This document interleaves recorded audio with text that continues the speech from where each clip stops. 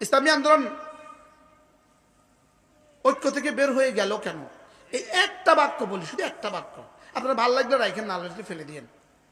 ইসলামী আন্দোলন ঐক্য থেকে বের হয়ে, ইসলামী আন্দোলন ঐক্য থেকে বের হয়ে চরমনাইর দলটা হেরে গেছে, ইসলাম জিতে গেছে। কি বলছি বলেন বলেন। দল থেকে বের হয়ে চরমনাই হেরে গেছে, ইসলাম জিতে গেছে।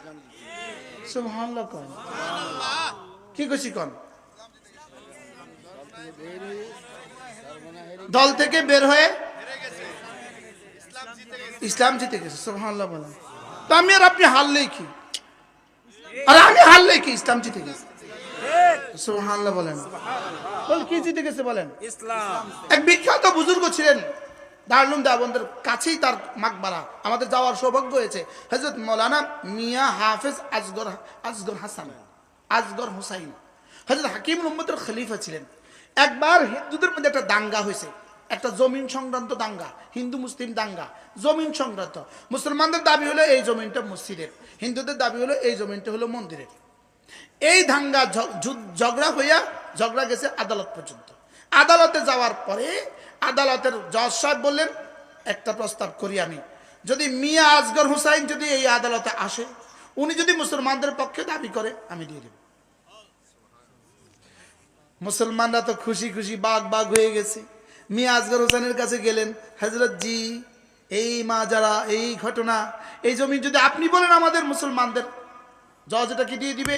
যদি আপনি বলেন হিন্দুদের, জজ হিন্দুদেরকে দিয়ে দিবে। এবার আপনি কি করবেন আপনি জানেন। আচ্ছা চলো, জজের সাথে তারিখ লো, কোন দিন শুনানি হবে। শুনানির দিন মিয়া আসগর হোসাইন স্টেজে উঠলেন, জজের চেয়ারে মিয়া আসগর হোসাইন কাঠগড়ায় দাঁড়িয়ে তিনি বললেন, যদি মুসলমানদের জায়গা হয় হিন্দুদেরকে দিবেন না, যদি হিন্দুদের জায়গা হয় মুসলমানদেরকে দিবেন না।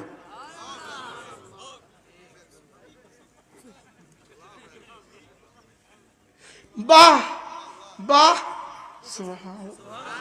জজ সাহেব রায় দিয়ে দিলেন হিন্দুদের জায়গা। হিন্দুরা হাতে তালি দিল, মুসলমান মাথা নিচু করে বের হয়ে আসলো। জজ সাহেব বললেন, ইসলাম জিত গয়া, মুসলমান হার গয়ে। মুসলমান হেরে গেছে কিন্তু ইসলাম জিতে গেছে। সুবহানাল্লাহ বলেন। কি বলছি